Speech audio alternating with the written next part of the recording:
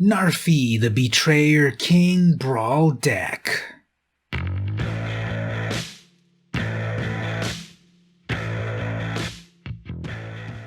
Hey everyone, it's VM Campos, Magic fan. I was recently in the Early Access Streamer event. Thank you, Wizards of the Coast, for giving me a fully loaded account on Arena. I'm really gonna miss it. I had 1.3 million gems in that account. Thanks, Wizards of the Coast. Anyway, so I was in that early access event and I got to play Magic, the very first inklings of Kaldheim with a bunch of other VIP people. I saw Saffron Olive, Gabby Sparts, Day 9, Lady Lavinia, Mythic Meebo, King Omni, Power Dragon, so many famous people playing, and me too, I guess. Thanks, Wizards of the Coast. Anyway, I was there and I was able to see the first Kaldheim cards, and I made this great new Brawl deck focused on a brand new great legendary Narfi, the Betrayer King. Let's check it out. So I've got my Arena account loaded up. I'm going to go over to my decks. Here's King Narfi. He is a Dimir color, blue-black type of legendary creature for this deck. So we've got Narfi, he's 5 mana, 4/3, a legendary snow creature, zombie wizard. It barely fits on the type line. Other snow and zombie creatures you control get +1/+1. So the deck focuses on zombies and snow creatures. Because when I build Brawl decks, I really like to go on theme with the commander. Things that synergize with a commander, get in my deck. If you're a snow creature, snow spell, zombie, etc., get in this deck. That's my favorite way to play Brawl, and that's my favorite format of Magic on Arena, because I can make these great decks that I really can express myself with. So I hope you make decks in this sort of way as well. Anyway, he's also got pay snow, snow, snow, and you can return Narfi from your graveyard directly to the battlefield, tapped. Never pay the commander tax again. So obviously you want to pay those 3 on the opponent's turn to return Narfi, tapped, and then he's untapped ready to attack on your turn. I've finished the game off several ways that way when the opponent didn't realize I can bring Narfi back from the graveyard for only 3 mana at the end of their turn, and they tapped out with an Alpha Strike that they thought they had me with. But Narfi closed the game off. Now you have to remember to let Narfi die and go to the graveyard so you can do this activated ability. Don't automatically click to put him back in the command zone as we are used to doing 99.9999% of the time. Let him go to the graveyard because he can come back from the graveyard. That's why he's amazing. Alright, the other cards over here. So we got Tormod's Crypt. I'm seeing a lot of people playing graveyard shenanigans. Get Tormod's Crypt in here to blow up their graveyard. Foulmire Knight. 1 black mana, you get a zombie knight. Synergizes with Narfi. It also draws you a card. Grim Physician, another zombie for 1 mana. It's a 1/1. If it gets killed, it puts a -1 on anything. Maybe finish taking down that 2/2 they attacked you with, then they didn't read your card. Liliana Stewart, another 1-drop zombie. It's a 1/2. Tap it, sacrifice it. The opponent discards a card. You can only do it on your turn, like a sorcery. Ghastly Gloomhunter, how about a zombie bat? 2 mana for a 1/1 flyer with lifelink, or if you kick it, for 6 mana, it comes in as a 3/3 flyer to get even more life back. Mire Triton, 2 mana, 2/1 Death Touch, so it'll take down even the biggest creatures with Death Touch. You mill yourself, and you gain 2 life. Don't worry, you can get stuff back from the graveyard. Priest of the Haunted Edge. Okay, the previous ones I've shown you, they're not new to Kaldheim. Here's one of the new Kaldheim cards. 2 mana, Snow Creature Zombie Cleric, the Priest of the Haunted Edge. It's a 0/4, not a defender. Oftentimes a 0 power creature, we think of it as a defender, but no, this can attack. And it'll be a 1/5 if we have Narfi out. Don't forget that. Now here's where we really want it. Tap it and sacrifice this. Target creature gets -X/-X until end of turn, where X is the number of snow lands you control. Activate this ability only as a sorcery. So this deck, spoiler alert, is full of snow lands. You can be doing -6 or more to an opponent's creature to finish it off completely, or do that extra little bit of damage once it's been hurt by other things. So don't sleep on this -X ability because it gets past indestructible. Walking Corpse is just a black bear, 2 mana for a 2/2 zombie, but it'll be a 3/3 zombie with Narfi. The auto include in Brawl nowadays, the Arcane Signet, 2 mana gives you a mana of any color in your identity, so blue or black. Draugr Thought Thief, 3 mana, 3/2. This is the brand new fancy term that they're using for zombies on Kaldheim. It's a creature zombie rogue. When Draugr Thought Thief enters the battlefield, look at the top card of any player's library, and you may put that card into the graveyard. So this is a return of Fate Seal without it being called Fate Seal, which is basically looking at the top of a library, putting it away. It's surveil for yourself, kind of, but because you get to look at the opponent as his target player, you're going to look at the opponent, and you're going to decide to keep it at the top or put it in their graveyard. Leave it at the top if it's a worthless land, or take that land away if they need it, or put that good card that was coming into the graveyard. I love you, Thought Thief. Grim Draugr, 3 mana, 3/2, snow creature zombie berserker. You pay 1 in a snow, Grim Draugr gets +1 and gains menace until end of turn. I forgot to mention, the snow symbol means you must pay via a snow permanent. So we've got plenty of snow lands in this deck, so you'll be able to +1 and menace this creature very easily. I was able to make it extremely large towards the end of the game, and it really closed the game off because it also got menace. Liliana's Devotee, 3 mana, 2/3, human warlock. Okay, we're gonna make this an honorary zombie. Everything else is a zombie, except this guy. He likes to hang out with zombies because zombies you control get +1, so he makes your zombies even stronger. Imagine Narfi and the Devotee, and your zombies are epic. At the beginning of your end step, if a creature died this turn, you may pay 1 in a black. If you do, create a zombie. So there you go, there's your zombie strategy. Silver Smote Ghoul, 3 mana, 3/1, zombie vampire. At the beginning of your end step, if you gain 3 or more life this turn, return this from your graveyard to the battlefield tap. There's not a lot of life strategies happening here, so you won't get a lot of that out of this, but 2 mana sacrifices, draw a card. And there's a great combo that you'll see here, that you'll be able to bring this back and forth over and over and draw cards as much as you want. Timuret Calls the Dead. It's a 3 mana saga, chapter 1 and 2. You mill 3 cards. Then you may exile a creature or enchantment from your graveyard, and if you do, make a zombie. Chapter 3, you gain X life and scry X, where X is the number of zombies you control. More zombies, more scry, more life, more good. Murderous Rider, good old Murderous Rider, 3 mana, send it on the Adventure of Swift End, destroy target creature or planeswalker, you lose 2 life, or pay the regular cost. It comes in as a 2/3 with lifelink, and if it dies, it goes back to your library instead of the graveyard. Replicating Ring, here's the new mana rock from Kaldheim. I love this card. 3 mana, snow artifact, so it makes some of that snow mana. Tap it for any color. Okay, great, fixes your colors. But then look at this. At the beginning of your upkeep, put a night counter on Replicating Ring. Then, if it has 8 or more night counters on it, remove all of them and create 8 colorless snow artifact tokens named Replicating Ring with tap to add mana of any color.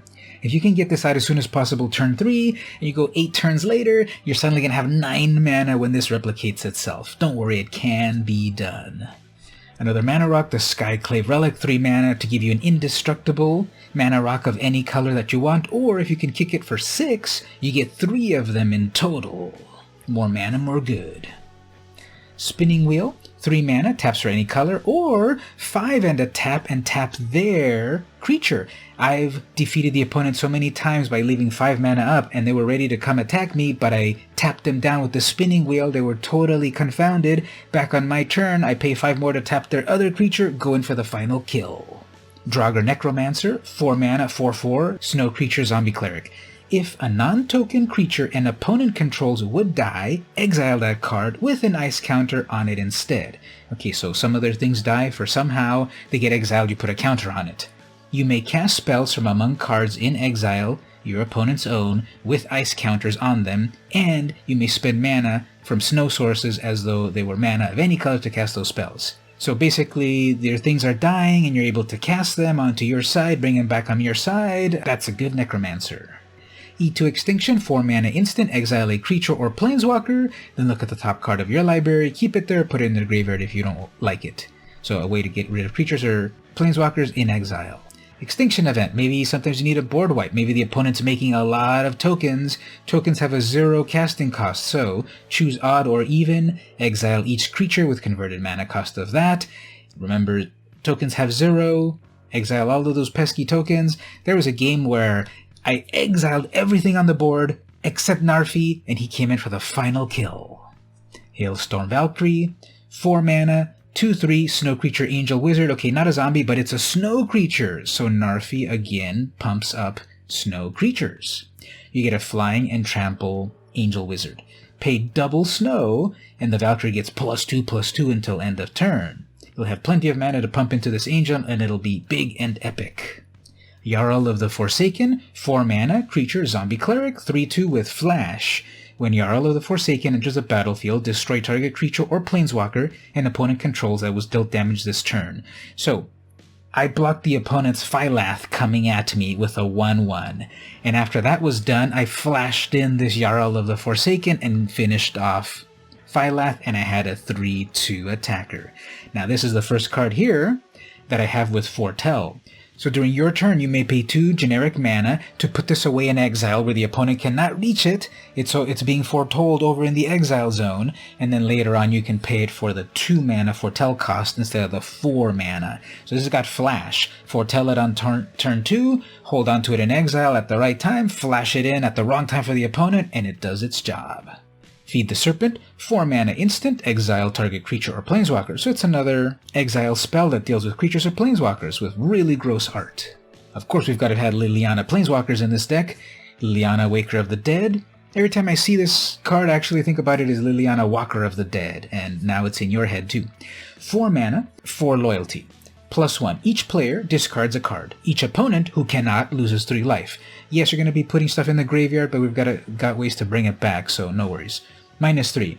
Target creature gets -X until end of turn, where X is the number of cards in your graveyard. If you got stuff in the graveyard, -3 here to do the -X, which again gets around indestructible. But here's why we want Liliana on our squad. -7.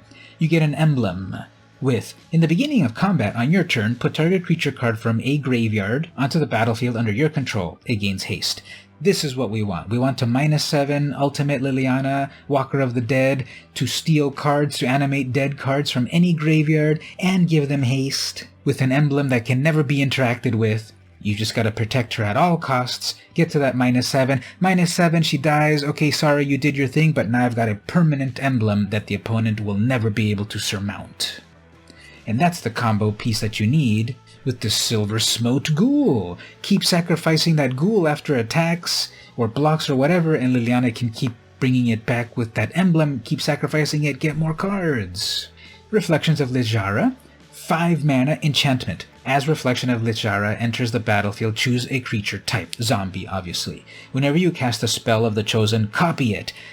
A copy of a permanent spell becomes a token. So you're going to choose zombie, you're going to cast zombies, you're going to get 2 zombies every time you cast one of these zombies. And imagine when you're doing with little zombies, you're going to get lots of little zombies, and with big zombies, you're going to get a lot of copies of the big zombies. Imagine having 2 of the Liliana's Devotee at once, because if you got the copy, +2 to all your zombies. I love this enchantment.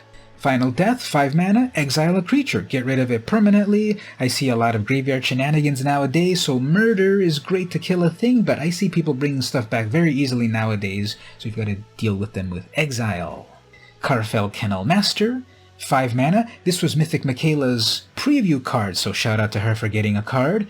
She got a creature zombie berserker, it's a 4/4. When Karfell Kennel Master enters the battlefield, up to 2 target creatures each get +1 and gain indestructible. So give your other zombies a +1 indestructibility for them to go strike in. Thank you, Kennel Master. Grey Merchant of Asphodel, 5 mana, 2/4, it's a zombie. It's a 3/5 with Narfi.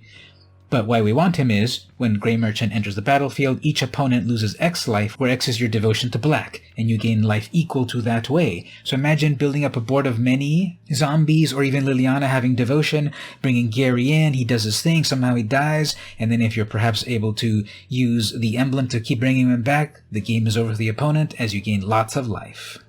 Alright, now we're getting to the huge ones. 6 mana for a 6/6 Burning Rune Demon. This is another honorary zombie. I just couldn't pass this one up. It is a mythic, so you'll have to use a mythic wildcard for this. What does this Demon Berserker do? It's got flying, and then check out this wall of text. When Burning Rune Demon enters the battlefield, you may, obviously you will do this, I don't even know why it says may in there, you will do this. Search your library for exactly 2 cards not named Burning Rune Demon that have different names. If you do, I don't know why it doesn't say when you do, reveal these cards. An opponent chooses one of them. Put the chosen card into your hand and the other into your graveyard, then shuffle your library. I've had so much fun with the Burning Rune, selecting both of my Lilianas in this deck, and then the opponent can't decide which one, and then they rage quit. or put in 2 amazing kill spells for them to choose from, and you've got it ready for the next turn. And if you strategize with stuff in the graveyard that you can bring back, it's not even a loss if they put it in the graveyard. I love this demon, you're an honorary zombie. Haunting Voyage, 6 mana or Foretell It for 2. This is one of the few Foretell cards that actually is more expensive if you foretell it, but check out why. Choose a creature type. Return up to 2 creature cards of that type from your graveyard to the battlefield. So you get it out of the graveyard directly to the battlefield. Like I said, if stuff gets in the graveyard, no worries, we can get it back. But wait a minute, if this spell was foretold, return all creature cards of that type from your graveyard to the battlefield instead. Put this away on turn 2, and then eventually when you've got the 7 mana and a stocked graveyard, foretell it for 7, bring all of those zombies back. And imagine if one of those zombies is Grey Merchant of Asphodel. The other Liliana is Liliana Death Mage. Not a lot of people know about this one because it's one of the Planeswalker Lilianas, which people never really give second thought to, but you should in Brawl, where you can easily build to 6 mana, no problem. Okay, 6 mana, 4 loyalty, +1. Return up to 1 target creature card from your graveyard to your hand. Again, ways to bring back your creatures. -3, destroy target creature. Its controller loses 2 life. -7, target opponent loses 2 life for each creature card in their graveyard. So as we're killing their stuff and their graveyard is stocked up, -7 to do the final coup de grace. And the final spell here, I love this one. Alrun's Epiphany, 7 mana, sorcery, or foretell it, so tuck it away on turn 2. Create 2 bluebirds. And take an extra turn after this one, and then exile this card. So you make 2 birds ready to attack, and then you take an extra turn. It is a lot of mana, but I've had plenty of times where I've built up so much mana, and even after the foretell cost to reduce it a little bit, that I play this, make the 2 birds, play 1 more spell, it's my turn again, I've got a bird, I've got other stuff to do, I took 2 turns and the opponent is just amazed with the animation and the realization they've lost the game. And lastly, as for the mana base, okay, we got Castle Vantress so we can scry later on in the game. We've got 4 snow-covered islands of this particular art, and then 4 of the other art, so 8 snow-covered islands. This, of course, is going to synergize with your snow stuff. Castle Lothwain, to be able to draw cards, you lose a little bit of life. Be careful about that, but it's more card draw. 4 snow-covered swamps of this art, and 4 of that art. Tell me which one you like best. Clearwater Pathway, the pathway land, the dual land, where you can pick which color you want when it comes to the battlefield. Ice Tunnel, the tap land from Kaldheim, but it actually is an island and a swamp to synergize with other things. Port of Karfell comes in tapped always, gives you a blue. Then something pretty interesting, pay 3, a blue and 2 black, tap it and sacrifice it, mill 4 cards, then return a creature card from your graveyard to the battlefield tapped. So you're going to mill yourself and then get anything you want out of the graveyard directly into the battlefield if you've got enough mana for it. Temple of Deceit, it's a tap land, but it lets you scry, and it's got the 2 colors. Command Tower, auto-include nowadays, gives you perfect mana fixing. Evolving Wild, so you can go get a land that you need, a basic land that you need, so that you have the right colors. Fabled Passageway, the better Evolving Wilds. If you've got 4 lands in play, it comes in untapped. Evolving Wilds, it comes in tapped. And then lastly, the Shimmerdrift Veil comes in tapped, but then you choose a color, and then it's that color. So a little bit more mana fixing. And so that's my Narfi the Betrayer King Brawl deck. What do you think? It synergizes with zombies and with snow. It has a good amount of the new Kaldheim cards. It can still be tweaked a little bit more, which I'd love to hear about it in the comments. Tell me below how you'd improve the deck, staying on topic, of course. Don't just tell me to put in the best card in here because it's the best card. Try to have it synergize with the commander. That's what Brawl is all about. Synergizing, expressing yourself, creating something cool. Remember, this is not a competitive format. This is a format to have fun. If you want competitiveness, go off into the ladder. But over here in the world of Brawl, we're having fun. If you like this video, don't forget to thumbs up, follow, ring the bell, battle the Minotaur to keep up to date when I publish something new. Consider heading over to the Patreon, patreon.com/vmcampos. Pledging at $1 unlocks a variety of exclusives.